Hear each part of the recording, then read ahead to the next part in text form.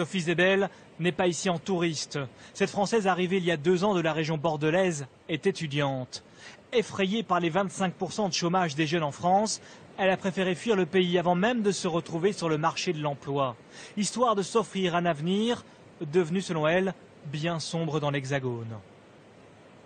Le fait d'entendre la crise à la télé tout le temps, les licenciements, très difficile de trouver un travail, pas d'avenir pour les nouveaux diplômés, galérer tout le temps.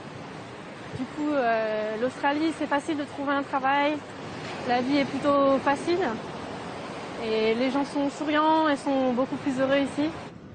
Son univers, le voici, l'université de Sydney, classée parmi les 100 meilleures du monde.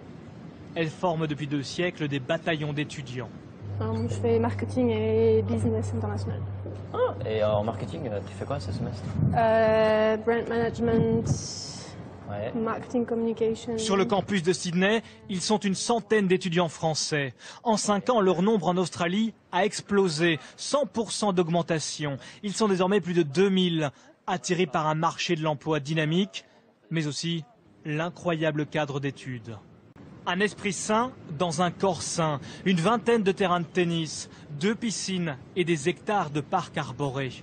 Le campus n'est pourtant qu'à 10 minutes du centre-ville de Sydney. Là, non, un peu de vent. Ce jour-là, c'est cours de management de la marque.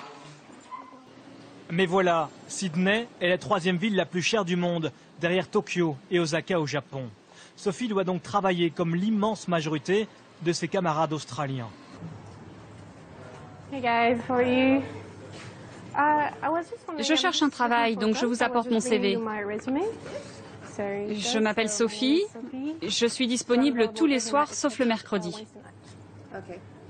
En Australie, le visa étudiant permet de travailler 20 heures par semaine.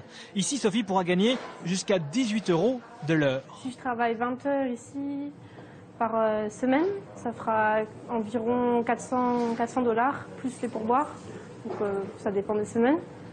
Donc, Ça fait 1 500 € par mois, oui, en tant que travailleur étudiant. oui, à mi-temps, oui. C'est plutôt bien rémunéré. Ce qui est plutôt bien si on regarde les salaires en France. Dans la bataille mondiale que se livrent désormais les universités anglo-saxonnes, asiatiques et européennes, l'Australie a réussi à se faire toute sa place. Elle attire désormais 7% des étudiants internationaux, soit le même niveau que celui de la France.